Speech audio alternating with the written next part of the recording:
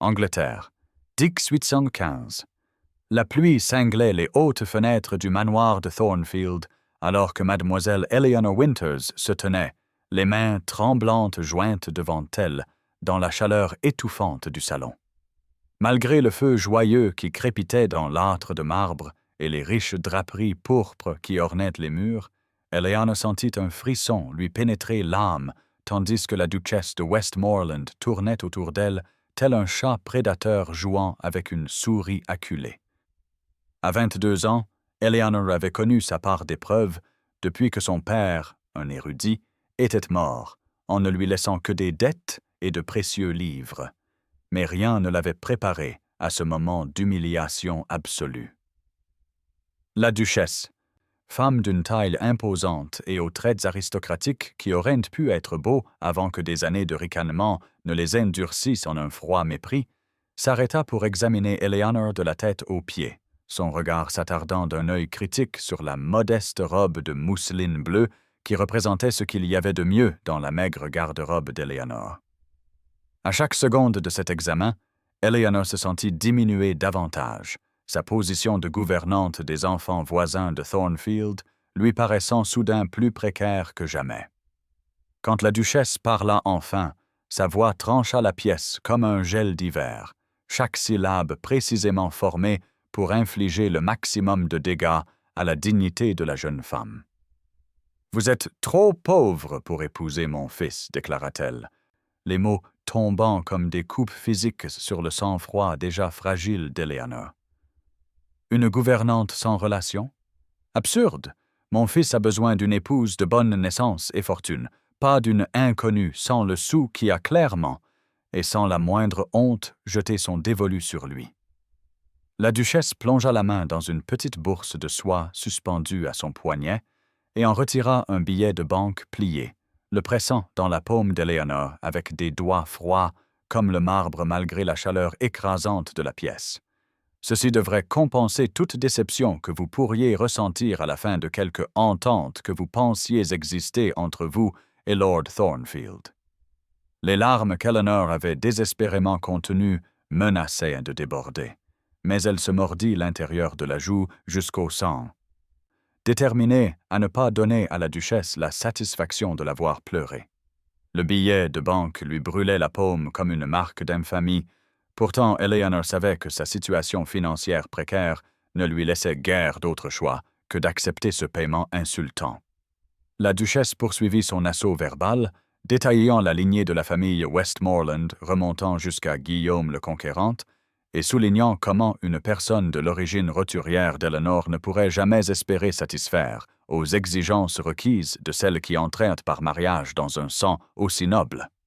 Chaque mot plongeait Eleanor un peu plus dans le désespoir, tandis qu'elle réalisait combien elle avait été sotte de croire que les attentions de Lord Thornfield avaient été sincères, que ses lettres, ses sourires et leurs douces conversations dans le jardin auraient pu véritablement mener à un avenir commun. Le salon qui lui avait semblé simplement chaud à son entrée semblait à présent positivement étouffant, le mobilier orné et les peintures inestimables sur les murs servant de rappel cruel du vaste gouffre social qui la séparait de la famille dont la matriarche détruisait à présent ses rêves avec une si froide efficacité. Eleanor lutta pour maintenir son sang-froid, pour garder le dos droit et le menton relevé, alors même que son cœur se brisait en 1000 morceaux dans sa poitrine. Et c'est le moment idéal pour vous abonner à notre chaîne. Chaque abonné nous rapproche du millier, ce qui nous aide à garder ces histoires vivantes et à continuer de vous les partager. Si vous avez apprécié cette vidéo, n'oubliez pas de l'aimer et de laisser un commentaire en nous disant d'où vous regardez. C'est toujours incroyable de voir jusqu'où ces récits voyagent à travers le monde. Continuons maintenant. Dès qu'Eleanor s'échappa des confins suffocants du salon, son sang-froid si soigneusement maintenu se brisa comme de la porcelaine fine jetée contre la pierre. Elle s'enfuit par le passage des domestiques et sortit dans les jardins détrempés, reconnaissante que l'averse puisse dissimuler les larmes brûlantes qui coulaient maintenant librement sur son visage. La roseraie officielle, d'ordinaire si immaculée et ordonnée, reflétait son propre désarroi alors que le vent fouettait les parterres soigneusement entretenus, éparpillant des pétales pourpres sur les allées de gravier comme des gouttes de sang. Eleanor courut jusqu'à ce que ses poumons la brûlent. Jusqu'à ce qu'elle atteigne le petit banc de pierre niché sous un saule pleureur à l'extrémité la plus éloignée de la propriété, où elle s'autorisa enfin à s'effondrer. La pluie traversa en quelques instants sa fine mousseline bleue, plaquant ses boucles châtaines à son cou et à ses épaules, mais Eleanor accueillit le froid comme un contrepoint à l'humiliation brûlante qui la consumait de l'intérieur. Le billet de banque restait crispé dans son poing, maintenant froissé au point d'être méconnaissable, mais elle ne pouvait se résoudre ni à le jeter, ni à le lisser soigneusement. 5 livres, une fortune pour quelqu'un dans sa situation, assez pour subvenir à ses besoins pendant plusieurs mois si elle perdait son poste de gouvernante. Ce qui semblait désormais tout à fait possible compte tenu de l'ingérence de la duchesse. Quelle amère ironie que son salut et sa honte soient contenus dans le même petit morceau de papier. Eleanor déplia ses doigts, regardant les gouttes de pluie tomber sur le billet froissé, estompant légèrement l'encre. La fierté exigeait qu'elle le déchire en morceaux et le disperse au vent avec les pétales de rose, mais le sens pratique, ce compagnon constant des pauvres, lui murmurait que de tels gestes étaient des luxes qu'elle ne pouvait guère se permettre. Sa mère était décédée 2 hivers plus tôt, après une longue maladie qui avait consumé leurs maigres économies, et son père l'avait suivie dans l'année, laissant Eleanor entièrement seule au monde, à l'exception du lointain cousin qui lui avait obtenu ce poste à Thornfield. « Je suis peut-être pauvre, mais je ne manque pas de dignité, » murmura-t-elle, ces mots aussitôt emportés par la rafale de vent. La pluie continuait de tomber, se mêlant à ses larmes jusqu'à ce qu'elle ne puisse plus les distinguer, lavant les signes extérieurs de sa détresse, alors même que la douleur continuait de pulser dans sa poitrine. Progressivement, alors que le choc initial de la cruauté de la duchesse s'estompait, Eleanor sentit une autre émotion monter en elle, une colère lente qui couvait et qui réchauffait ses membres glacés plus efficacement que n'importe quel feu n'aurait pu le faire. Qui était cette femme pour juger sa valeur au contenu de sa bourse plutôt qu'à la richesse de son caractère? De quel droit rejetait-elle des années d'éducation et une éducation soignée simplement parce qu'elle n'était pas accompagnée d'une fortune? Eleanor se leva lentement du banc, ses jupes trempées lourdes autour de ses chevilles, et plia soigneusement le billet de banque, le glissant dans son petit réticule. Elle ne le détruirait pas dans un geste futile, ni ne le dépenserait à moins qu'une nécessité absolue ne l'exige. Au lieu de cela, elle le garderait comme un rappel que la richesse et le titre ne conféraient pas la noblesse d'esprit, et que la véritable dignité ne venait pas des circonstances de la vie, mais de la manière dont on y faisait face. La pluie s'intensifia, poussant Eleanor à chercher refuge dans le petit pavillon de pierre à l'extrémité et de la roseraie. À peine s'était-elle installée sur le banc de marbre à l'intérieur qu'une grande ombre assombrit l'entrée, faisant sursauter son cœur d'alarme. Là se tenait un homme dont la présence imposante emplit instantanément le petit espace, rendant Eleanor cruellement consciente de son apparence dépenaillée. Le duc de Westmoreland la considéra de ses yeux gris perçants, qui ne manquaient rien, de ses joues tachées de larmes à sa robe trempée qui collait inconfortablement à sa silhouette grelottante. À 35 ans, le duc avait une stature imposante, ses larges épaules occupant presque toute l'entrée du pavillon, ses cheveux de jais, bien que mouillés par la pluie, toujours arrangés avec une précision qui parlait d'autorité naturelle plutôt que de vanité. Contrairement à son fils, dont les traits avaient un charme juvénile, le duc possédait un visage sculpté par l'expérience, avec des lignes fortes autour de la bouche, suggérant qu'il souriait rarement, bien que rien dans son expression actuelle n'indiquât de méchanceté. « Mademoiselle Winters, dit-il, sa voix profonde à peine plus élevée que le tambourinement de la pluie sur le toit du pavillon, mais portant une gravité qui exigeait l'attention. « Pourquoi êtes-vous ici sous cette averse? Est-il arrivé quelque chose ?» L'enceinte intime du pavillon, avec la pluie tombante en rideaux autour d'eux, créait une étrange bulle d'intimité qui fit qu'Eleanor se sentit à la fois piégée et protégée. Elle peinait à trouver des mots qui pourraient expliquer sa présence, sans révéler l'humiliation qu'elle avait subie des mains de sa mère. Le duc entra complètement dans le pavillon, retirant son grand manteau d'un mouvement fluide pour le lui offrir, le geste exécuté avec une courtoisie si naturelle qu'Eleanor se retrouva à l'accepter avant même de pouvoir considérer l'inconvenance. La lourde laine, encore chaude de son corps et portant une légère odeur de bois, de santal et de cuir, se posa sur ses épaules comme une armure. Au cours de ses années à Thornfield, Eleanor n'avait aperçu le duc que de loin, car il venait rarement, passant la plupart de son temps à gérer ses vastes domaines ou à s'occuper de ses devoirs au Parlement. Les rumeurs parmi les domestiques le dépeignaient comme sévère mais juste, exigeant l'excellence mais la récompensant généreusement. Un homme plus respecté qu'aimé, mais profondément respecté par tous ceux qui le servaient. Maintenant, debout devant lui avec ses cheveux plaqués sur son crâne et ses yeux gonflés de larmes, Eleanor se sentait étrangement sans crainte malgré son rang et son pouvoir.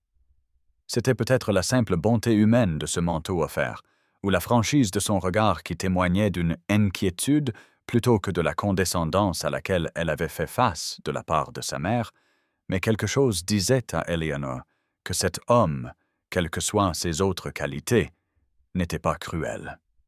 Le contraste entre la mère et le fils la frappa avec force, comme trouver de la chaleur au cœur de l'hiver, et lui donna le courage de parler malgré le tremblement dans sa voix.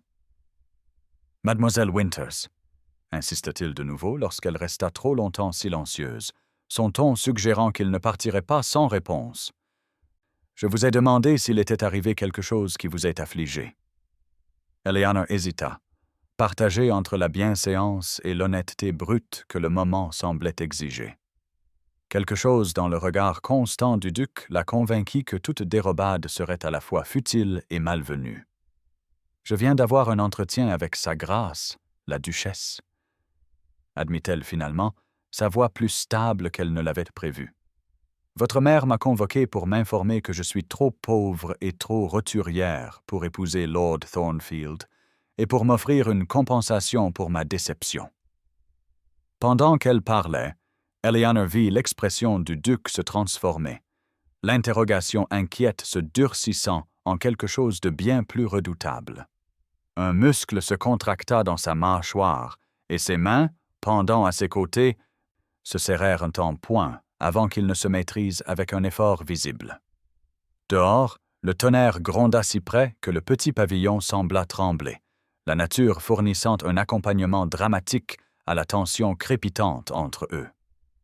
Quand le duc parla enfin, sa voix était faussement calme, mais portait un courant sous-jacent d'acier qui fit qu'Eleanor fut reconnaissante que sa colère ne soit pas dirigée contre elle. « Ma mère a outrepassé son autorité. Les fiançailles de Lord Thornfield avec vous sont son choix, pas le sien. » Cette déclaration, livrée avec une certitude si absolue, coupa momentanément le souffle à Eleanor. Fiançailles? Elle avait reçu des lettres de Lord Thornfield exprimant son admiration, certes, et ils avaient profité de plusieurs promenades chaperonnées dans le jardin où il avait parlé de bonheur futur. Mais rien n'avait été officialisé. Le duc fronça les sourcils en étudiant sa confusion, sa vive intelligence assemblant clairement les pièces d'un puzzle qu'elle-même ne pouvait encore voir. « Mon fils ne vous a-t-il pas parlé directement de mariage avant son départ pour Londres la semaine dernière? » La franchise de la question ne laissait place à rien d'autre que la vérité. « Non, votre grâce, bien que ces lettres suggérassent qu'il nourrissait de telles intentions. » Je n'aurais jamais présumé sans une offre explicite. Le duc expira lentement, ses larges épaules se détendant légèrement, bien que l'intensité de son regard ne faiblit jamais. « Je vois. Il semble que ma mère ait agi non seulement de manière inappropriée, mais aussi prématurément. Son expression s'adoucit marginalement en considérant la détresse évidente d'Eleanor. S'il vous plaît, comprenez, mademoiselle Winters, que si la duchesse peut contrôler une grande partie de la société avec sa désapprobation, elle ne me contrôle pas, ni ne dicte qui mon fils peut épouser. Ce choix lui appartient à lui seul, et d'après ce que j'ai observé lors de mes visites, il a choisi sagement. Cette justification inattendue, venant d'une source si autoritaire, propagea une chaleur à travers le corps refroidi d'Eleanor. Elle s'était attendue à un renvoi, peut-être même à une humiliation supplémentaire, mais trouva au contraire un allié là où elle l'attendait le moins.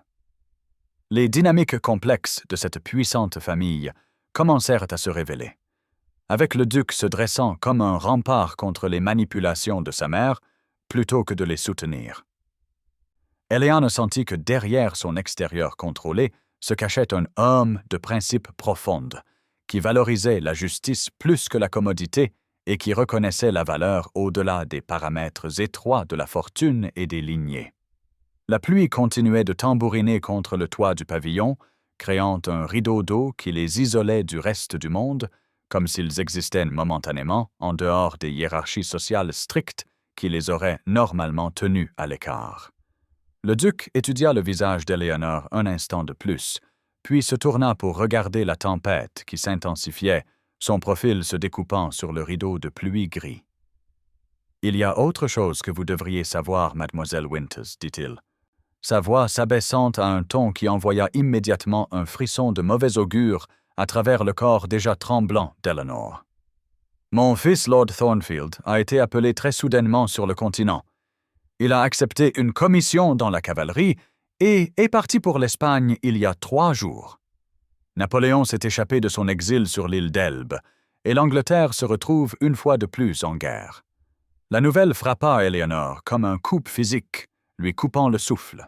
La guerre avait semblé si lointaine, une préoccupation pour les politiciens et les généraux, pas quelque chose qui s'immiscerait dans sa vie pour lui arracher le fragile espoir qui lui restait. Le duc continua, sa voix grave alors qu'il livrait la révélation finale et dévastatrice. Étant donné la nature de ce conflit, il est peu probable qu'Edward retourne sur les côtes anglaises avant plusieurs années, si jamais il revient. La vie militaire l'a toujours attiré, et je crains qu'il n'y ait trouvé sa véritable vocation. Eleanor eut l'impression que le sol venait de disparaître sous ses pieds. D'abord le renvoi cruel de la duchesse, et maintenant cette nouvelle que l'homme dont l'attention lui avait donné un aperçu d'un avenir différent était parti sans un mot. « Edward n'a jamais mentionné d'ambition militaire, murmura-t-elle, plus pour elle-même que pour le duc. J'ai reçu sa lettre hier seulement, professant ses intentions à mon égard. Je pensais que peut-être, à son retour de Londres. » Sa voix s'éteignit, alors que toutes les implications la submergèrent. Elle resterait au manoir de Thornfield, à regarder les saisons changer, à vieillir, ses perspectives diminuant à chaque année qui passait, tandis qu'Edward Thornfield vivait une vie d'aventure loin des côtes anglaises. Le pavillon s'assombrit notablement, alors que les nuages s'épaississaient au-dessus, l'orage atteignant sa pleine intensité. Un éclair illumina brièvement le visage du duc, qui portait maintenant une expression qu'Eleanor ne pouvait tout à fait déchiffrer, un mélange d'inquiétude et de quelque chose de plus profond, de plus complexe. « Mon fils peut être impulsif, mademoiselle Winters. Il écrit ses intentions un jour et part à la guerre le lendemain, sans penser au cœur qu'il laisse derrière lui. Dehors, le vent s'était levé en un hurlement, pliant les rosiers presque jusqu'au sol et arrachant des pétales qui tourbillonnaient dans l'air comme des fantômes pâles. Eleanor sentit une tempête similaire faire rage dans sa poitrine, la confusion et la douleur luttant avec un étrange sentiment d'inévitabilité. Peut-être avait-elle été sotte de croire que le bonheur pourrait être si facilement à sa portée. La fille d'un érudit sans fortune ni relation, entretenant l'espoir d'épouser l'héritier d'un duché, cela semblait maintenant un conte de fées pour enfants, aussi insubstantielle que la brume matinale. Le duc l'observa attentivement, semblant mesurer sa réaction à cette nouvelle dévastatrice. Elle redressa le dos avec effort, déterminée à ne pas s'effondrer sous ce nouveau poids. La vie avait appris à Eleanor Winters que les chemins se déroulaient rarement comme prévu, et que la survie dépendait de l'adaptation aux circonstances que le destin apportait, aussi cruelles qu'elles puissent paraître sur le moment. Un profond silence s'installa entre eux, rompu seulement par le tambourinement régulier de la pluie qui semblait maintenant diminuer d'intensité.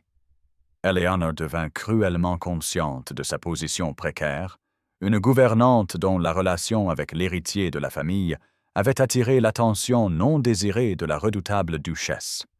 Sa position à Thornfield deviendrait intenable une fois que la nouvelle de ce matin se répandrait. Pourtant, la perspective de chercher un autre poste avec une recommandation entachée par le scandale la remplissait d'effroi. Le duc s'éclaircit la gorge, attirant de nouveau son attention sur sa silhouette imposante, bien que son expression se soit notablement adoucie. « Mademoiselle Winters, » commença-t-il, sa voix profonde, mesurée et délibérée. « Je me trouve en mesure de vous offrir une solution qui pourrait s'avérer mutuellement bénéfique. Ma sœur, Lady Catherine, réside à Westmoreland Hall et a besoin d'une dame de compagnie. Sa santé est délicate depuis l'enfance, la confinant en grande partie au domaine, et sa précédente compagne s'est récemment mariée.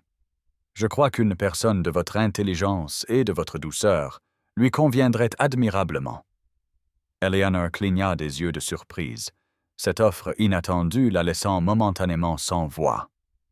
Westmoreland Hall était le domaine principal du duc, réputé pour sa magnificence, et le poste de dame de compagnie d'une dame de haut rang était considérablement plus élevé que celui d'une gouvernante. Pourtant, la fierté luttait avec la nécessité pratique en son sein, car accepter semblait dangereusement proche d'admettre la défaite, de fuir la difficulté plutôt que de l'affronter avec courage. Le duc sembla lire ses pensées avec une précision déconcertante, car il continua avant qu'elle ne puisse formuler une réponse. « Je ne vous offrirai pas la charité, mademoiselle Winters, et ce n'est pas non plus une consolation pour l'inconstance de mon fils. Ma sœur a véritablement besoin de quelqu'un d'intelligent et de bienveillant. Vous possédez ces deux qualités en abondance, d'après ce que j'ai observé lors de mes visites à Thornfield. Lady Catherine est une érudite à part entière, avec un intérêt particulier pour la botanique et la littérature. Je crois que vous trouveriez beaucoup de points communs. » Tandis qu'il parlait, Eleanor remarqua un changement subtil dans la lumière autour d'eux. L'orage passait, et une faible lumière du soleil filtrait maintenant à travers les fenêtres du pavillon, projetant une lueur dorée qui ressemblait presque à une bénédiction. Cette offre représentait plus qu'un emploi. Réalisa-t-elle, elle offrait une échappatoire à l'humiliation qui l'attendait à Thornfield, un nouveau départ dans une maison où l'influence de la duchesse, bien que toujours présente, serait contrebalancée par la nature plus équitable du duc. Ce qui frappa le plus profondément Eleanor fut la perspicacité dont cet homme avait fait preuve, non seulement en reconnaissant sa détresse, mais en offrant une solution qui préservait sa dignité plutôt que de la diminuer davantage. Il avait vu au-delà de son état dépenaillé actuel la gentlewoman instruite que les circonstances avaient forcé à servir, et lui avait offert une position plus digne de ses capacités et de son origine. La pluie avait presque cessé maintenant, les jardins autour d'eux scintillant de gouttelettes qui captaient la lumière naissante du soleil, transformant le paysage récemment ravagé en quelque chose d'optimiste et de renouvelé. Le voyage jusqu'à Westmoreland Hall avait duré près de 2 jours, serpentant à travers la campagne verdoyante du nord de l'Angleterre, chaque mille emportant Eleanor plus loin de l'humiliation qu'elle avait subie au manoir de Thornfield. Alors que la voiture atteignait la dernière colline, elle aperçut pour la première fois sa nouvelle demeure et sentit son souffle se couper. Le hall s'élevait de la vallée enveloppée de brume comme une image de roman médiéval, ses tours de pierre grise et ses flèches gothiques s'élançant vers les cieux comme en supplication. Eleanor serra son petit réticule, qui contenait tous les trésors personnels qu'elle avait pu emporter, se sentant soudain petite et insignifiante face à une telle grandeur. Les roues de la voiture crissèrent sur le gravier de l'allée circulaire avant de s'arrêter sous un portique de pierre finement sculpté. Un valet en livrée l'aida à descendre, sa révérence formelle suggérant un respect qu'Eleanor avait rarement connu en tant que gouvernante. Les portes massives en chêne s'ouvrirent pour révéler un hall d'entrée d'une telle magnificence qu'Eleanor dut se forcer à ne pas rester bouche bée comme une jeune fille de la campagne à son premier bal. La lumière du soleil filtrait à travers des vitraux placés haut dans les murs, projetant des motifs aux couleurs de joyaux sur le sol en marbre et illuminant les portraits ancestraux et les tapisseries anciennes d'une lueur presque éthérée. Le majordome âgé qui l'accueillit expliqua que la duchesse restait à la résidence de Londres pour la saison, une information qui fit pousser à Eleanor un soupir de soulagement qu'elle n'avait pas réalisé retenir. Les 2 semaines qui avaient suivi l'acceptation de l'offre du duc avaient été remplies d'anxiété à l'idée d'affronter la femme qu'il avait si cruellement renvoyée, et savoir que cette confrontation était reportée lui procura un soulagement bienvenu. Une voix douce l'appela par son nom, attirant son attention vers le grand escalier où une silhouette élancée descendait lentement. Lady Catherine Vallamont, la sœur du duc, paraissait aussi délicate que la plus fine porcelaine, sa peau si pâle qu'elle semblait presque translucide, mais son sourire irradiait une chaleur qui mit instantanément Eleanor à l'aise. Malgré sa fragilité physique évidente, attestée par la manière prudente dont elle franchissait chaque marche avec l'aide d'une canne en ivoire sculpté, ses yeux bleus pétillaient d'intelligence et d'un plaisir sincère. « Mademoiselle Winters, comme je suis ravi de vous rencontrer enfin », dit Lady Catherine en s'approchant, sa voix douce mais remplie d'une sincérité indubitable. « Mon frère a écrit que vous partagez mon amour pour la littérature et les études botaniques. J'avoue que je comptais les jours jusqu'à votre arrivée, car Westmoreland, bien que magnifique, peut être terriblement isolant sans une compagnie stimulante. » La chaleur inattendue de cet accueil, si différent de ce qu'Eleanor avait anticipé, lui serra la gorge. Lady Catherine, semblant sentir son émotion, passa son bras sous celui d'Eleanor avec une aisance naturelle, comme si elles étaient déjà de chères amies, plutôt qu'une maîtresse et sa dame de compagnie. Tandis que Lady Catherine la guidait à travers le magnifique hall, lui montrant des détails d'intérêt et partageant des anecdotes amusantes sur ses ancêtres, Eleanor sentit quelque chose en elle commencer à s'épanouir, comme une fleur se tournant vers un rayon de soleil inattendu après une tempête dévastatrice. Une quinzaine de jours s'écoula à Westmoreland Hall avec une rapidité si surprenante qu'Eleanor remarqua à peine la transition de nouvelle venue à résidente établie. La bibliothèque était rapidement devenue son refuge favori. Une pièce magnifique dont les murs disparaissaient derrière des étagères, allant du sol au plafond, remplis de volumes reliés en cuir collectés au fil des siècles par des générations de Vallamont. En cet après-midi particulier, une chaude lumière de soleil d'automne filtrait à travers de hautes fenêtres à meneaux, projetant des rectangles dorés sur le tapis persane complexe et illuminant les grains de poussière qui dansaient dans l'air comme de minuscules créatures féeriques. Eleanor était assise à côté de Lady Catherine sur le canapé en cuir usé positionné près de l'immense cheminée de pierre, où un feu joyeux dissipait le froid du début de l'automne. Elle avait découvert que Lady Catherine, bien que très instruite, trouvait la lecture physiquement éprouvante en raison de son état et avait pris l'habitude de lui faire la lecture pendant leurs après-midi. Aujourd'hui, elle s'était aventurée dans Shakespeare, Eleanor donnant à chaque personnage une voix distincte, tandis qu'elle donnait vie aux songes d'une nuit d'été. Les 2 femmes étaient ainsi absorbées par la forêt magique d'Athènes qu'aucune ne remarqua la porte de la bibliothèque s'ouvrir, ni la grande silhouette qui s'arrêta sur le seuil, saisie par le tableau qui s'offrait à lui. Le duc de Westmoreland se tenait parfaitement immobile, son expression habituellement sévère s'adoucissant tandis qu'il observait Eleanor, les joues rouges d'enthousiasme, les mains gesticulantes avec expression, alors qu'elle se transformait de l'impérieuse Titania au espiègle Puck, avec rien de plus que sa voix et ses traits animés. Sa sœur, d'ordinaire si pâle et réservée, riait d'un plaisir sans retenue, ses yeux plus brillants qu'il ne les avait vus depuis des années.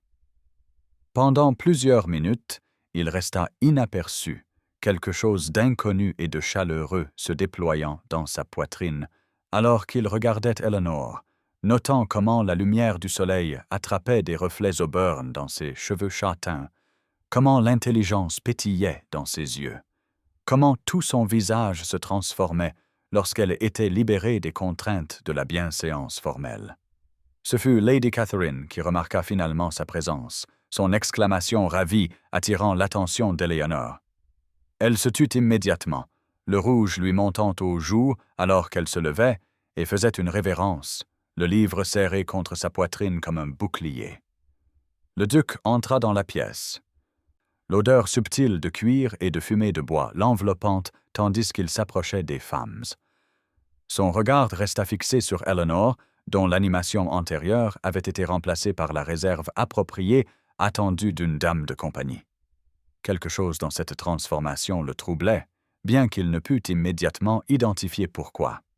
« Vous avez redonné vie à cette pièce, mademoiselle Winters, » dit-il, sa voix profonde, inhabituellement douce. Il y a trop longtemps que ces murs n'ont pas entendu de rire. La simple sincérité du compliment, si différente des galanteries apprises de la société, fit qu'Eleanor leva les yeux et rencontra directement son regard. À cet instant de connexion sans farde, quelque chose passa entre eux, une reconnaissance qui transcendait les barrières de rang et de circonstances. Aussi brève qu'un battement de cœur, mais d'une certaine manière profonde. Lady Catherine, les observant avec un vif intérêt, sourit pour elle-même, car elle avait commencé à nourrir l'espoir que l'intérêt de son frère pour leur nouvelle compagne puisse s'étendre au-delà d'une simple appréciation de son effet sur sa sœur. Alors que l'été cédait la place à l'automne à Westmoreland Hall, un rituel des plus inattendus s'établit avec la tranquille inévitabilité du changement des saisons. Chaque matin après le petit déjeuner, le duc apparaissait à 9h30 précises dans le jardin est, où Eleanor, ayant terminé ses premières tâches auprès de Lady Catherine, l'attendait près de la fontaine de pierre. Leurs promenades commencèrent comme des affaires brèves, presque formelles, la conversation se limitant à des questions polies sur le confort de sa sœur ou le temps qu'il faisait. Progressivement, cependant, alors que les feuilles commençaient leur transformation du vert éclatant à l'or bruni et au pourpre flamboyant, leurs conversations s'approfondirent comme les couleurs enrichissantes du paysage qui les entourait. Le duc, découvrit Eleanor, possédait un intellect redoutable couplé à une véritable curiosité pour ses opinions sur des sujets allant de la poésie romantique aux améliorations agricoles sur le domaine. Contrairement à de nombreux gentilshommes de sa condition qui considéraient l'éducation féminine comme purement ornementale, il écoutait ses pensées avec une réelle considération, remettant souvent en question ses affirmations, non pas pour les rejeter, mais pour en explorer plus à fond les fondements. Les jardins offraient une toile de fond en constante évolution à leur connexion naissante, des parterres de roses formelles, près de la maison aux sentiers boisés sauvages, qui serpentaient à travers les chênes centenaires aux limites de la propriété. Par une matinée particulièrement dorée, alors qu'ils s'arrêtaient près d'un petit ruisseau, où les feuilles mortes dérivaient comme de minuscules bateaux sur le courant, le duc regarda Eleanor avec une expression qu'elle ne put tout à fait interpréter, quelque chose entre la surprise et l'admiration. « En vous, mademoiselle Winters, je trouve une honnêteté des plus rafraîchissantes, » dit-il, sa voix profonde portant facilement malgré sa douceur. « Tous les autres me disent ce qu'ils pensent que je souhaite entendre. » Leur amour mutuel de la littérature fournissait des sujets de discussion inépuisables. Eleanor se surprenant parfois à défendre vigoureusement des perspectives qui contredisaient les siennes, pour ne réaliser qu'après coup l'inconvenance de débattre avec tant de force avec son employeur. Pourtant, plutôt que de s'en offusquer, le duc semblait apprécier ces échanges, arrivant souvent le lendemain matin avec un livre pertinent sous le bras, des passages marqués prêts à poursuivre leur discours. Eleanor se retrouva à anticiper ses promenades avec une impatience croissante, passant ses soirées à préparer des positions réfléchies sur les sujets qu'ils avaient abordés, déterminée à se montrer digne d'un tel engagement intellectuel. L'homme qui se révélait lors de ces conversations privées différait considérablement du duc sévère et réservé observé par le personnel de la maison et la noblesse locale. Dans le sanctuaire tranquille des jardins, ses rares sourires devenaient plus fréquents, transformant ses traits austères en quelque chose qui approchait la beauté, tandis que ses observations sèches sur la société révélaient parfois un esprit aussi vif qu'inattendu.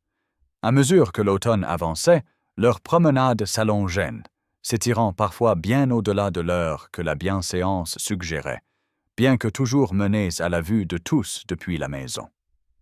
Aucun des deux ne reconnaissait la transformation subtile qui s'opérait entre eux, comment leur formalité initiale d'employeur à employé s'était développée en quelque chose de plus complexe et potentiellement dangereux, une connexion des esprits qui menaçait de devenir une connexion des cœurs si elle n'était pas contrôlée. La paix qui s'était installée sur Westmoreland Hall fut brisée par un après-midi vif d'octobre, lorsque la duchesse de Westmoreland arriva dans un tourbillon de soie et d'indignation, son élaborée voiture de voyage projetant du gravier en s'arrêtant brusquement devant l'entrée principale. Eleanor aidait Lady Catherine avec sa correspondance dans le petit salon lorsque l'agitation les attira à la fenêtre, le sang se retirant de leurs deux visages en reconnaissant les armoiries ducales blasonnées sur la portière de la voiture. La duchesse n'était pas attendue avant Noël, sa saison londonienne s'étendant généralement jusqu'à la fin de l'automne, et son apparition soudaine n'augurait rien de bon pour la délicate harmonie qui s'était développée en son absence. Eleanor eut à peine le temps de se retirer dans ses appartements avant qu'une convocation n'arrive, délivrée par une femme de chambre au visage pâle qui pouvait à peine la regarder dans les yeux. La salle à manger d'apparat, rarement utilisée pour autre chose que de grandes réceptions, avait été choisie comme champ de bataille pour cette confrontation, ses dimensions caverneuses et ses imposants portraits ancestraux conférant de la gravité à la scène. La duchesse se tenait telle une furie vengeresse près de l'immense cheminée, ses vêtements de voyage échangés contre une robe d'un bleu nuit qui soulignait le feu froid dans ses yeux lorsqu'Éléonore entra. « Vous osez montrer votre visage dans ma maison après avoir tenté de piéger mon fils ?»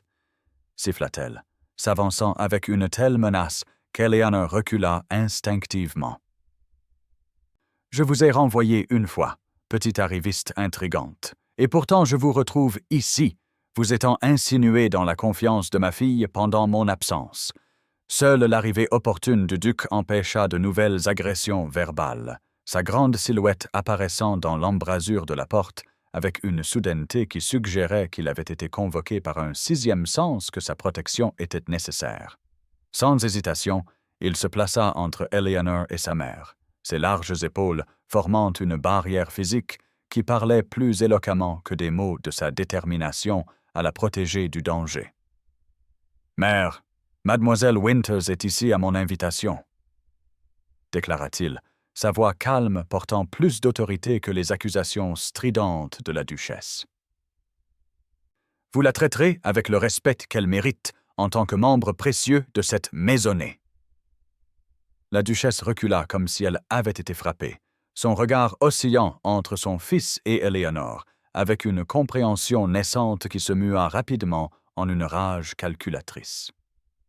Un silence tendu s'abattit sur la pièce, rompu seulement par les crépitements occasionnels des bûches brûlant dans l'immense cheminée, projetant des ombres dansantes sur la table en acajou poli, où les domestiques avaient commencé à disposer l'argenterie et le cristal pour le repas du soir.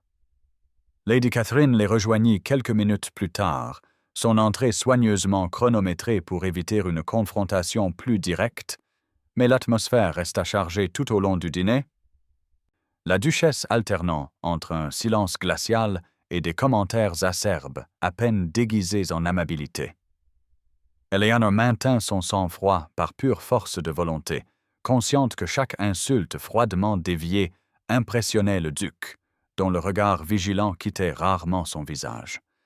À la fin du repas, les lignes de bataille étaient clairement tracées, avec la duchesse d'un côté, Eleanor et Lady Catherine de l'autre, et le duc se tenant à la fois comme tampon et juge entre les factions, les enjeux de cette guerre domestique s'élevant désormais bien au-delà de la position d'une dame de compagnie pour englober le cœur même de la dynamique familiale des Vallamont.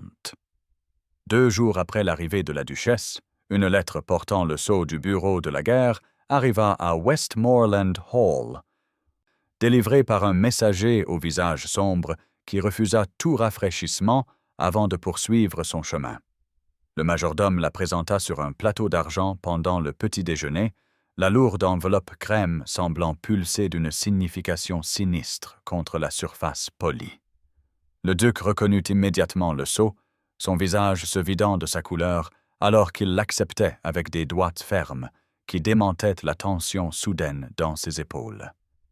Eleanor regarda, le cœur battant contre ses côtes, tandis qu'il brisait la cire et dépliait la seule feuille à l'intérieur, ses yeux gris parcourant le contenu avec une gravité croissante.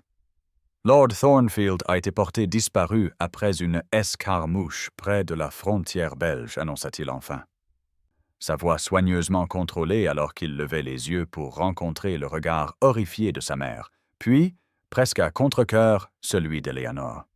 La duchesse se dissout immédiatement en lamentations théâtrales qui nécessitèrent qu'elle soit escortée jusqu'à ses appartements par des femmes de chambre inquiètes, tandis que Lady Catherine pressait son mouchoir sur ses lèvres tremblantes, une inquiétude sincère pour son neveu évidente dans ses yeux doux.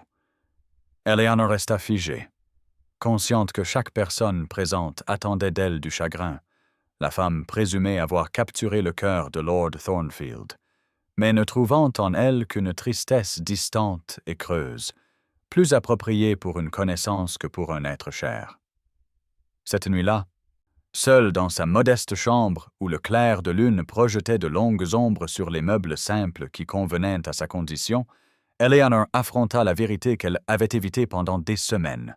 Des larmes coulèrent sur son visage, non pas pour Edward Thornfield, qui gisait peut-être à cet instant blessé ou pire sur une terre étrangère, mais pour son propre cœur inadmissible qui avait si rapidement transféré ses affections à un autre objet, plus impossible encore.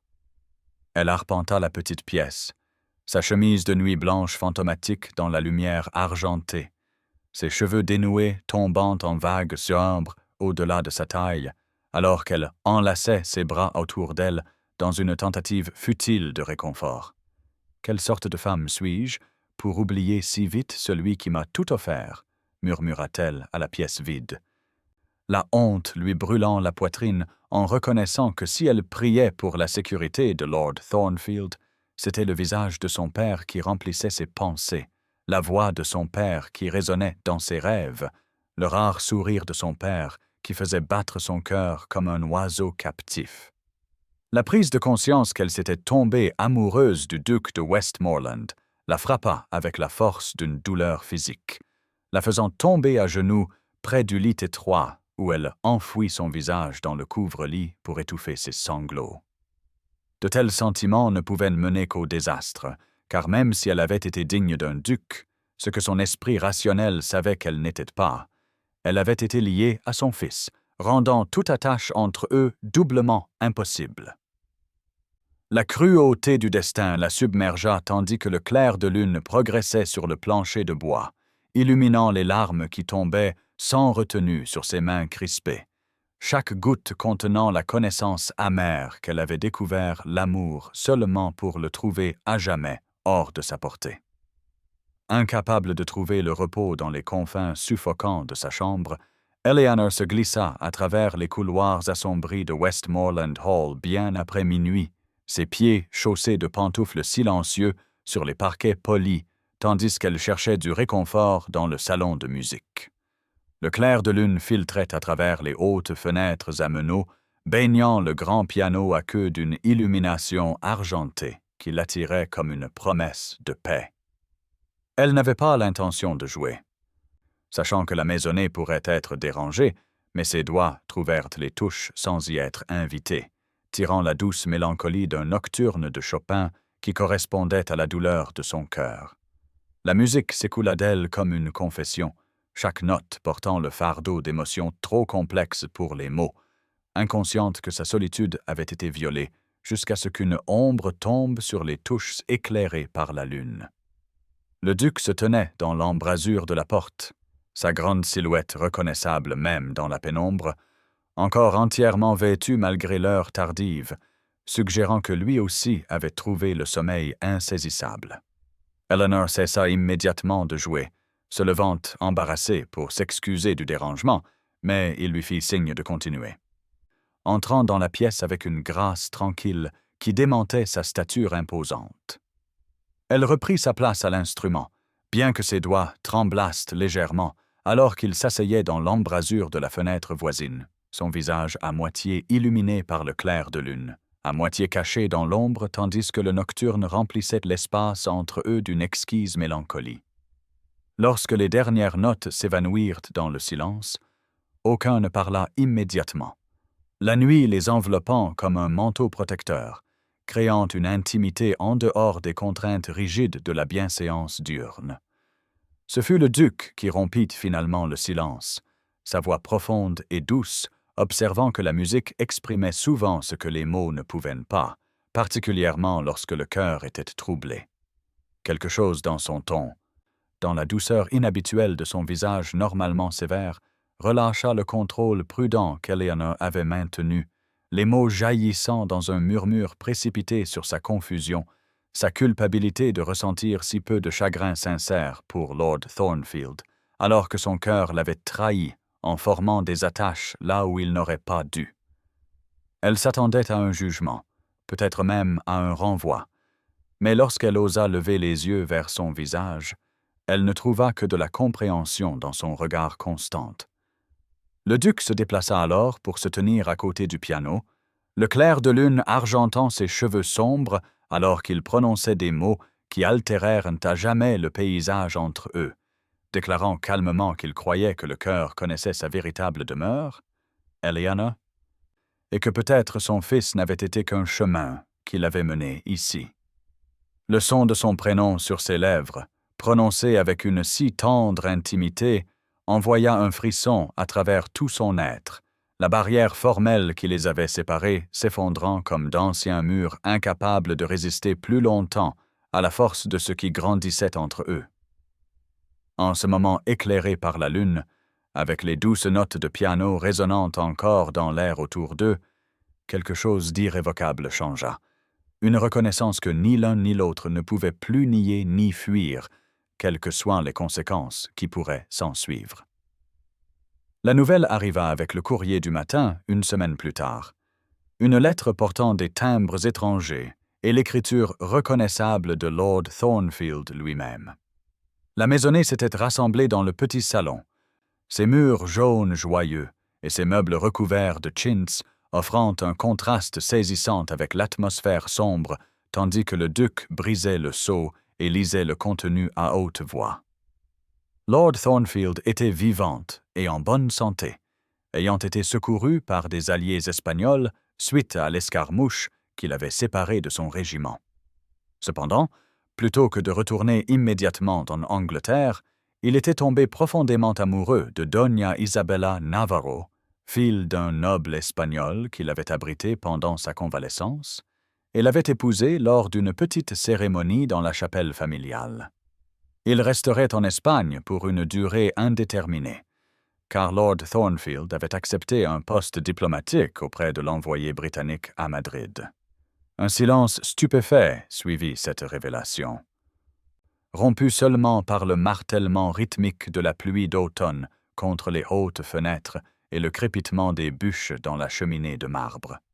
La duchesse, qui avait maintenu une civilité glaciale depuis son arrivée, éclata enfin avec le venin qu'elle avait nourri. « Ceci, déclara-t-elle en pointant un doigt accusateur sur Eleanor, est de votre faute.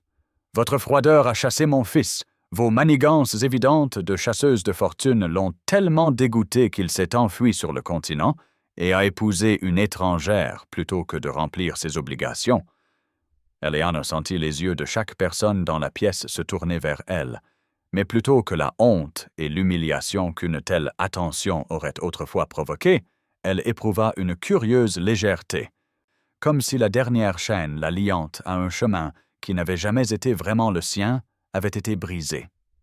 Faisant face au regard furieux de la duchesse avec un sang-froid constant, Eleanor prononça des mots qui la surprirent elle-même par leur conviction tranquille.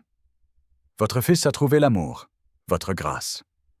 Cela ne devrait-il pas être une cause de célébration plutôt que de blâme? Personne ne mérite plus le bonheur que Lord Thornfield, dont je me souviendrai toujours de la gentillesse avec gratitude. » Le visage de la duchesse se crispa de fureur face à cette défiance inattendue de la part d'une femme qu'elle considérait bien en dessous d'elle. Mais avant qu'elle ne puisse répondre, le duc intervint, son expression révélant un mélange complexe de soulagement et de quelque chose de plus personnel qui fit battre le cœur d'Eleanor. « Mon fils a fait son choix librement, mère, comme c'est son droit, » déclara-t-il, son regard ne quittant jamais le visage d'Eleanor. « Nous enverrons nos félicitations et accueillerons Doña Isabella dans la famille lorsqu'ils reviendront éventuellement en Angleterre. » Lady Catherine, qui avait observé l'échange avec un vif intérêt, tendit la main pour serrer celle d'Eleanor, en signe de soutien silencieux, tandis que la duchesse quittait la pièce dans un bruissement de soie coûteuse, sa défaite dans cette bataille particulière évidente pour tous les présents. Eleanor resta extérieurement calme, bien qu'intérieurement elle s'émerveilla des étranges rouages du destin, qui l'avaient simultanément libérée d'un engagement qu'elle n'avait pas cherché et révélé en elle une force qu'elle ne se connaissait pas. Le soir du bal des moissons de Westmoreland arriva avec tout le faste seyant à l'un des événements sociaux les plus importants du comté, la grande tradition restaurée après des années de négligence suite à la mort de la précédente duchesse. Eleanor avait d'abord supposé qu'elle aiderait Lady Catherine avec les préparatifs avant de se retirer dans ses appartements, comme il convenait à sa position, jusqu'à ce que le duc lui-même apparaisse à la porte de la bibliothèque 3 jours plus tôt pour l'informer qu'elle assisterait non pas en tant qu'employée, mais comme une invitée d'honneur. Lady Catherine, ravie de cette nouvelle, avait immédiatement offert le prêt d'une robe, insistant sur le fait que sa compagne méritait cette rare occasion de se divertir après des semaines de service dévoué. Maintenant, alors qu'Eleanor se tenait devant le miroir dans ses appartements, elle reconnaissait à peine la femme qui la regardait. La robe, une création de soie bleu nuit, avec des broderies d'argent qui captaient la lumière à chaque mouvement, transformait sa silhouette élancée en quelque chose de presque royal. La femme de chambre de Lady Catherine avait arrangé ses cheveux châtains en une coiffure élégante, ornée d'un unique ornement en argent, tandis que la confiance qui s'était progressivement épanouie pendant son séjour à Westmoreland Hall ajoutait à son teint un éclat qu'aucun cosmétique n'aurait pu obtenir. La grande salle de bal de Westmoreland Hall scintillait sous la lumière de centaines de bougies en cire d'abeille reflétées dans des miroirs aux cadres dorés et des lustres en cristal. Leur illumination chaleureuse complétant les décorations automnales de feuilles rousses et de gerbes de blé doré artistiquement disposées dans l'espace. La noblesse et la gentry locale remplissaient la pièce, leurs bijoux et leurs parures créant un kaléidoscope de couleurs sur le décor crème et or, tandis que l'orchestre jouait depuis la galerie des musiciens surplombant le parquet poli. Eleanor s'arrêta à l'entrée, momentanément submergée par la splendeur et la certitude que tous les yeux se tourneraient vers elle lorsqu'elle descendrait l'escalier de marbre. Le duc se tenait au bas de l'escalier, engagé dans une conversation avec un vieux baronnet, sa grande silhouette imposante dans une tenue de soirée noire formelle qui soulignait la largeur de ses épaules et les fils d'argent qui parsemaient ses cheveux sombres aux tempes. Comme s'il sentait sa présence d'homme, il leva les yeux, les mots mourant sur ses lèvres en la voyant. L'admiration non dissimulée dans son regard donna à Eleanor le courage d'entamer sa descente, chaque pas mesuré et gracieux, comme Lady Catherine le lui avait appris lors de leurs préparatifs hâtifs. Lorsqu'elle atteignit la dernière marche, le duc lui tendit la main pour l'aider, ses doigts chauds et fermes contre sa paume gantée. « Vous éclipsez toutes les étoiles du ciel ce soir, » murmura-t-il, sa voix destinée à ses seules oreilles malgré la foule qui les entourait. La reconnaissance publique de son statut élevé n'aurait pu être plus claire s'il l'avait annoncé à voix haute, car il la conduisit non pas sur les côtés où les dames de compagnie observent généralement les festivités, mais directement dans le premier quadrille, la positionnant à ses côtés là où une hôtesse ou une invitée d'honneur se tiendrait traditionnellement, ses actions déclarant à tous les présents que mademoiselle Eleanor Winters tenait une place d'une importance singulière dans la maisonnée et le cœur du duc de Westmoreland. L'euphorie de la soirée ne pouvait durer, car la duchesse de Westmoreland avait observé l'attention sans précédent de son fils pour Eleanor avec une fureur croissante, attendant le bon moment pour frapper avec un effet maximal. Ce moment arriva lors d'une brève pause entre les danses, alors qu'Eleanor conversait avec Lady Catherine et plusieurs membres de la gentry locale qui avaient été attirés par la curiosité envers la mystérieuse jeune femme qui avait capturé la faveur du duc. La duchesse s'approcha avec la douceur trompeuse d'un cobra. Sa robe pourpre bruissant de manière menaçante sur le parquet poli, des bijoux scintillants à sa gorge et à ses poignets comme une armure, alors qu'elle se positionnait au sein du cercle, interrompant la conversation avec une précision exercée. « Je crois que nos invités apprécieraient d'en savoir plus sur les origines de mademoiselle Winters, » annonça-t-elle, sa voix assez forte pour porter au-delà de leur groupe immédiat, attirant l'attention des danseurs voisins qui s'immobilisèrent pour écouter. Son père était un érudit raté qui est mort endetté, laissant sa fille chercher un emploi de gouvernante pour éviter l'hospice. Elle a tenté d'assurer son avenir par l'intermédiaire de mon fils cadet, et ayant échoué là, a maintenant clairement jeté son dévolu sur un plus grand prix. Les mots de la duchesse tombèrent comme des pierres dans une eau calme, des vagues de murmures se propageant vers l'extérieur alors que l'orchestre hésitait, les musiciens sentant la tension soudaine qui s'emparait de la salle de bal. Eleanor sentit l'impact physique de chaque œil se tournant vers elle, le poids du jugement et de la spéculation, menaçant d'écraser sa confiance nouvellement acquise. Pendant un terrible instant, elle fut de nouveau la gouvernante tremblante dans le salon du manoir de Thornfield, diminuée par des mots cruels conçus pour lui rappeler sa place. Pourtant, quelque chose avait changé en elle durant ces mois à Westmoreland Hall, une force née du fait d'être vraiment vue et appréciée par ceux dont l'opinion comptait le plus. Se redressant de toute sa hauteur, Eleanor affronta directement le regard méprisant de la duchesse, sa voix claire et ferme portant à travers la salle de bal désormais silencieuse. « Je suis la fille d'un érudit et d'une mère aimante. » Reconnut-elle ces mots gagnant en puissance à chaque syllabe. « Mon père a consacré sa vie à la connaissance plutôt qu'à la fortune, et bien que ce choix m'ait laissé sans richesse matérielle, il m'a procuré des richesses d'esprit et d'âme qui ne peuvent être enlevées. Je manque peut-être de fortune, votre grâce, mais je n'ai jamais manqué de caractère. » La simple dignité de sa réponse flotta dans l'air, touchant même ceux qui s'étaient préparés à jouir du spectacle de son humiliation. Lady Catherine tendit la main pour serrer celle d'Eleanor en signe de soutien silencieux, tandis que plusieurs membres de la gentry du comté qui s'étaient d'abord reculés s'approchèrent maintenant, leurs expressions passant de la curiosité au respect. La duchesse resta momentanément sans voix, son attaque soigneusement orchestrée ayant produit un résultat entièrement différent de ce qu'elle avait prévu, car en tentant de diminuer Eleanor, elle avait au contraire révélé la petitesse de son propre caractère face à la noblesse tranquille de sa cible. La tension dans la salle de bal se cristallisa en une immobilité parfaite, alors que la duchesse se tenait triomphante devant Eleanor, certaine que sa victoire était complète. Puis un mouvement attira l'œil collectif de l'Assemblée, alors que le duc de Westmoreland traversait d'un pas décidé le parquet scintillant.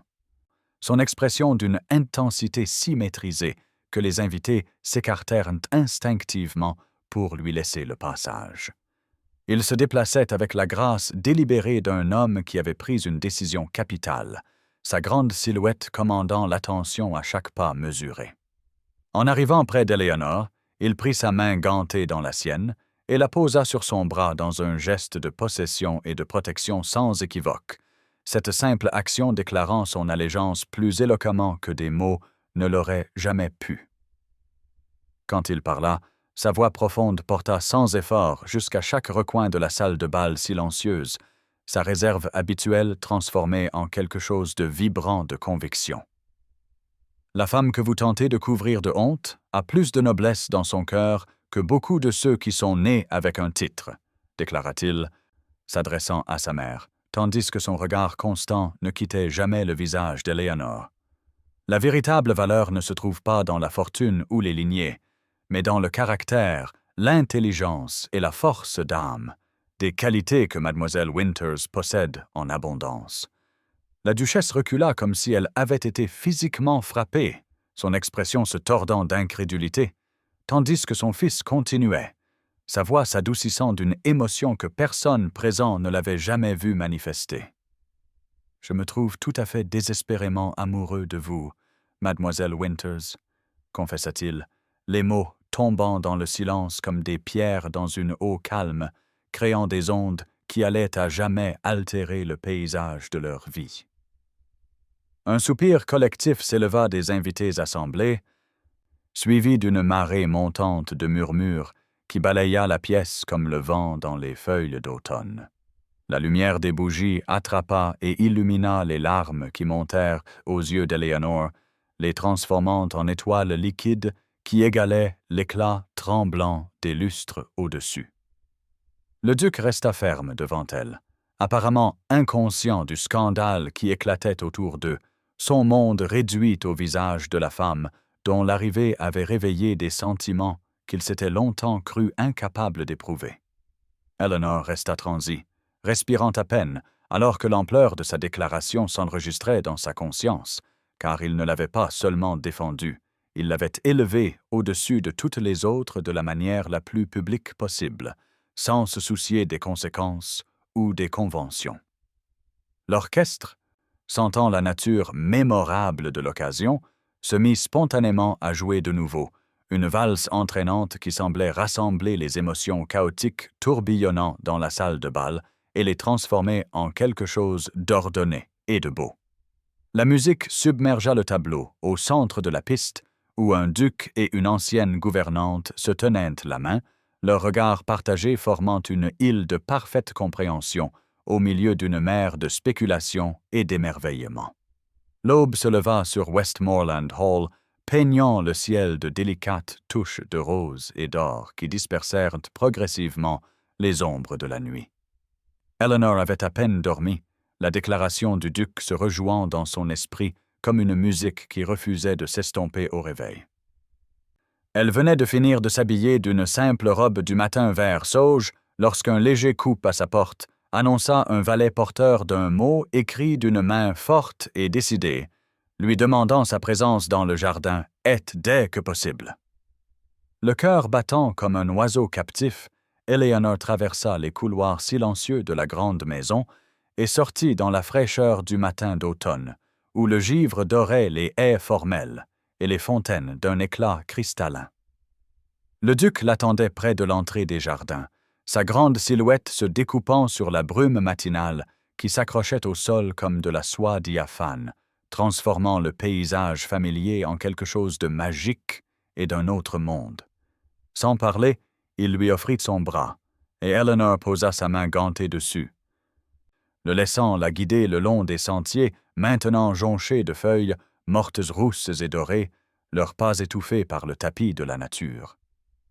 Elle reconnut leur destination avant même qu'ils ne tournent le dernier coin, un sentiment de parfaite symétrie l'envahissant à la vue du pavillon de pierre, l'endroit même où ils s'étaient pour la première fois vraiment vus au-delà des contraintes de rang et de circonstances durant cette tempête d'été.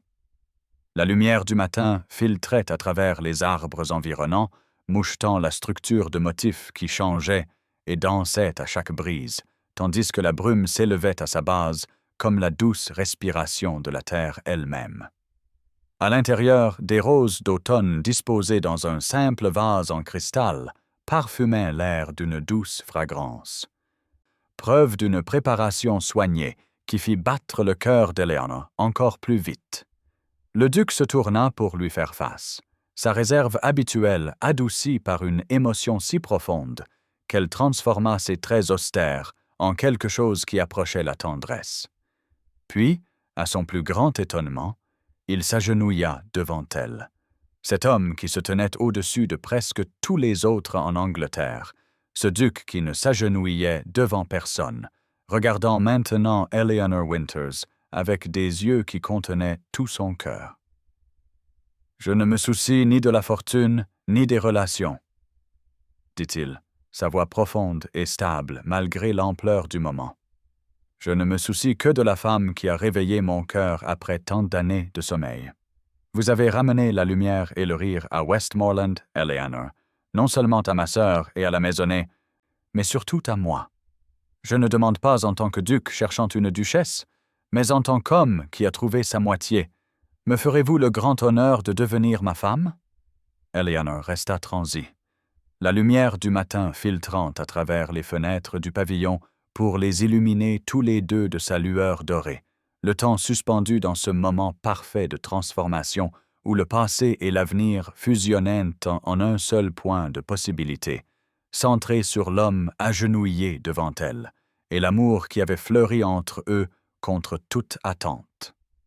La confrontation qui allait déterminer le destin de Westmoreland ne se déroula pas dans la grande salle de bal où l'amour avait été déclaré, mais dans l'intimité du bureau du duc l'après-midi suivant. D'anciens portraits d'ancêtres Valamont regardaient depuis les murs lambrissés comme s'ils témoignaient de ce moment crucial de leur lignée, leurs yeux peints semblant suivre la duchesse tandis qu'elle arpentait la pièce devant le bureau massif en chêne où son fils était assis avec une immobilité inhabituelle. La lumière du soleil d'automne filtrait à travers les fenêtres plombées, illuminant les grains de poussière qui dansaient dans l'air entre la mère et le fils comme des manifestations physiques de la tension qui les liait. La duchesse avait sorti toutes les armes de son considérable arsenal, commençant par une désapprobation glaciale, avant de passer à des appels larmoyants au devoir familial, pour finalement arriver à des menaces nues, livrées d'une voix qui aurait pu geler la Tamise voisine en plein été. Si vous persistez dans cette folie, cette alliance inconvenante avec une inconnue sans le sou, je serai forcé de prendre des mesures drastiques, déclara-t-elle, ses doigts parés de bijoux agrippant le dossier d'un fauteuil en cuir jusqu'à ce que ses jointures blanchissent. La fortune des Westmoreland est en grande partie sous mon contrôle jusqu'à ma mort, et je n'hésiterai pas à vous déshériter entièrement si vous jetez un tel déshonneur sur notre nom. Des relations familiales cultivées pendant des siècles seront rompues, des portes autrefois ouvertes à vous se fermeront à jamais, et vous vous retrouverez avec rien d'autre qu'un titre et un trésor vide. Tout au long de sa tirade, le duc resta d'un calme surnaturel, ses yeux gris ne quittant jamais le visage de sa mère, tandis qu'elle énumérait les conséquences catastrophiques qui l'attendaient s'il suivait son cœur. Quand elle s'arrêta enfin pour reprendre son souffle, la poitrine soulevée par l'émotion, il se leva de toute sa hauteur, sa dignité tranquille formant un contraste saisissant avec son étalage passionné. « Alors je serai simplement l'homme le plus heureux d'Angleterre plutôt que le plus riche, répondit-il, sa voix profonde portant une conviction absolue. Westmoreland survivra, comme il a survécu aux guerres, aux pestes et aux troubles civils. La terre reste productive, les tenanciers loyaux, et avec Eleanor à mes côtés, j'aurai quelque chose qu'aucune richesse ne pourrait acheter. une partenaire qui m'apprécie pour moi-même plutôt que pour ma position. Quelque chose de remarquable se produisit alors, un changement subtil dans l'expression de la duchesse, alors qu'elle regardait vraiment son fils, peut-être pour la première fois depuis des années. Elle ne vit pas l'héritier obéissant qu'elle avait façonné et contrôlé, mais un homme d'une résolution inébranlable dont elle n'avait jamais soupçonné la capacité d'aimer. Et à cet instant de reconnaissance, quelque chose en elle céda enfin. Ses épaules s'affaissèrent presque imperceptiblement, le feu de la bataille s'éteignant dans ses yeux, alors qu'elle reconnaissait, sans mots, que c'était une victoire qu'elle ne remporterait pas. Le silence qui tomba entre eux ne contenait ni triomphe ni amertume, simplement la reconnaissance tranquille qu'une transformation fondamentale s'était produite dans leur relation. Une transformation qui pourrait éventuellement mener à la compréhension, sinon à une réconciliation immédiate. Lorsque la duchesse partit enfin, sa sortie manqua de l'éclat dramatique qui avait caractérisé ses confrontations précédentes, suggérant que peut-être, sous son adhésion rigide à la tradition, se cachait une mère qui, malgré tout, voulait le bonheur de son fils. La petite église normande du village de Westmoreland se dressait depuis des siècles, témoin silencieux de générations de mariages locaux, mais jamais auparavant ces pierres anciennes n'avaient observé le mariage d'un duc entre ces modestes murs. Le soleil d'hiver filtrait à travers les vitraux, projetant des motifs aux couleurs de joyaux sur les sols en pierre et les bancs en chêne, alors qu'Eleanor Winters se tenait devant l'autel usé par le temps, aux côtés du duc de Westmoreland, sa main tremblant légèrement dans sa poigne ferme. La simplicité du cadre avait été la suggestion du duc, un choix délibéré qui parlait avec éloquence des valeurs qui les avaient rapprochés. La substance plutôt que l'apparat, la connexion authentique plutôt que la pompe vide.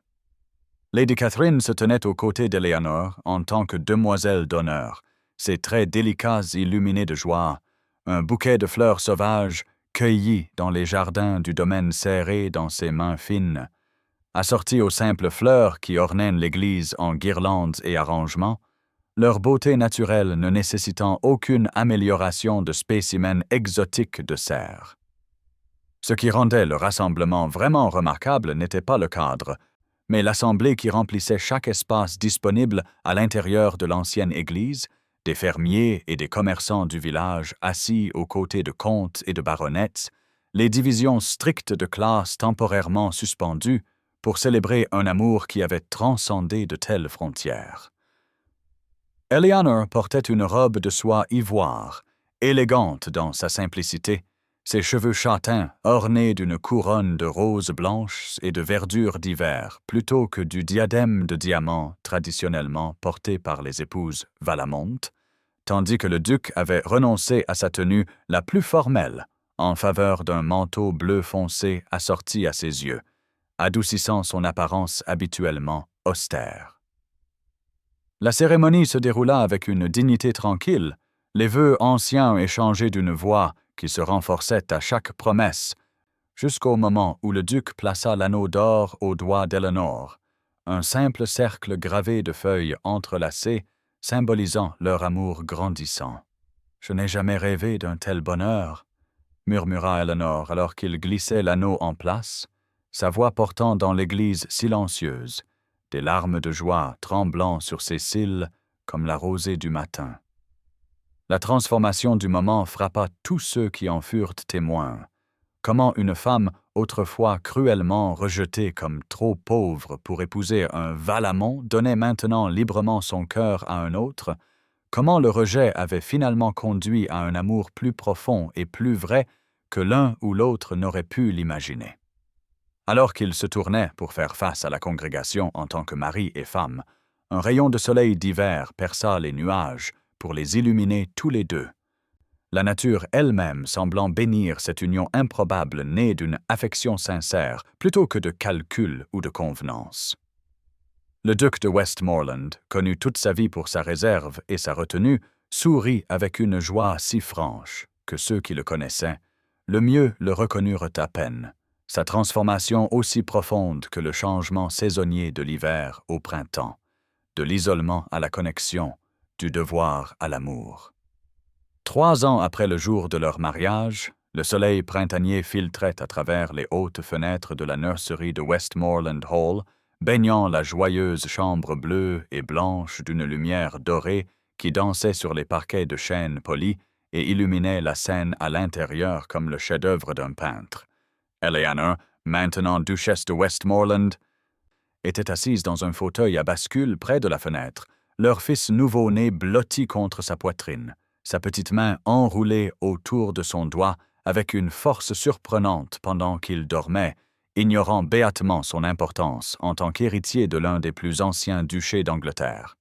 Le duc se tenait derrière elle, une main posée protectricement sur son épaule, ses traits normalement austères adoucis par une expression de contentement si profonde que la transformation de l'homme sévère et isolé qu'il avait été autrefois semblait relever du miracle. Dans ce tableau de bonheur domestique entra la vieille duchesse, se déplaçant avec la dignité que des décennies au sommet de la société lui avaient inculquée, bien que le temps et la réflexion aient adouci les angles vifs de sa personnalité, les arrondissant comme des galets dans le lit d'une rivière. Elle s'arrêta sur le seuil, observant le groupe familial avec une expression qui contenait quelque chose d'auparavant inimaginable, une chaleur sincère envers la femme qu'elle avait autrefois si cruellement rejetée. Les 3 dernières années avaient vu un dégel progressif entre les générations, commencé lorsque Eleanor avait tendu la main à la duchesse douairière pendant son isolement à Londres, l'invitant à retourner à Westmoreland, non pas comme une adversaire vaincue, mais comme une aînée estimée, dont l'expérience et la sagesse pourraient bénéficier au domaine qu'elle avait servi si longtemps. Aujourd'hui marquait l'aboutissement de cette réconciliation, alors que la duchesse aînée s'approchait du fauteuil à bascule, tendant des doigts hésitants pour toucher la tête duveteuse du nourrisson endormi, avec une révérence qui démentait sa dureté passée. « Vous avez donné à cette famille quelque chose de bien plus précieux que la fortune, ma chère, » dit-elle doucement à Eleanor, sa voix portant le poids d'une reconnaissance durement acquise.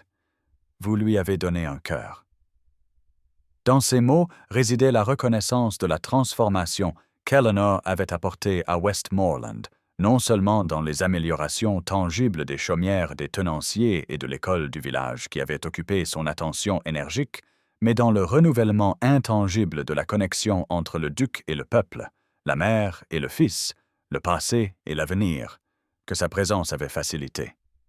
Le duc resserra son bras autour des épaules d'Eleanor, ses yeux rencontrant les siens dans une communication silencieuse qui n'avait besoin d'aucun mot, car ils avaient parcouru ensemble un chemin que peu pouvaient comprendre, du rejet à l'amour le plus profond, de l'isolement à la famille, du jugement à l'acceptation.